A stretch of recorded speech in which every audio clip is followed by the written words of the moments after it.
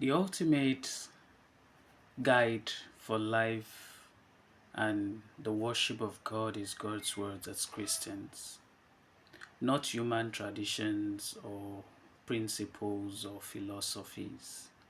That's why on daily basis the scriptures has admonished us to uphold its teachings as the foundation of our faith. The Bible, according to 2 Timothy chapter 3 verse 16 says, "For the scripture is perfect because it has given us everything that we need for doctrine, for reproof, for correction, and for instruction in righteousness."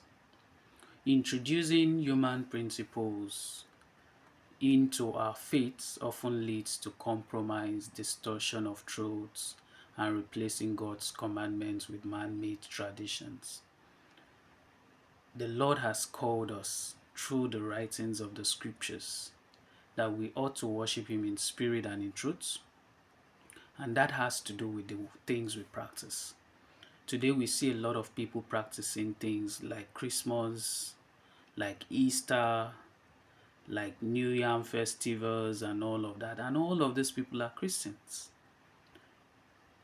These are all traditions of men. These are all principles that are contrary to the scriptures. Hence, the call for us as Christians to evaluate, to examine the things we practice. Are they in line with God's instructions? Are they things that will make our worship vain? Are they man introduction? Do not forget that man's introduction does not make the perfection of God. Hence, the need for us to maintain biblical standards as we honor God in worship and by the things we do. Hence, the appeal for us to preserve the purity of our faith as we serve God in this dark world as Christians. This is a call to all Christians all over the world that it is time to end the madness of introducing human philosophies and traditions as religious practice. Please, let us begin to examine the things we practice as a churchgoer.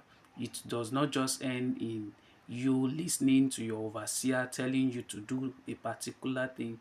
Does the Bible, which is the manual for our Christian life, our Christian practice, does the Bible give you such mandates to do so? These are things you need to consider.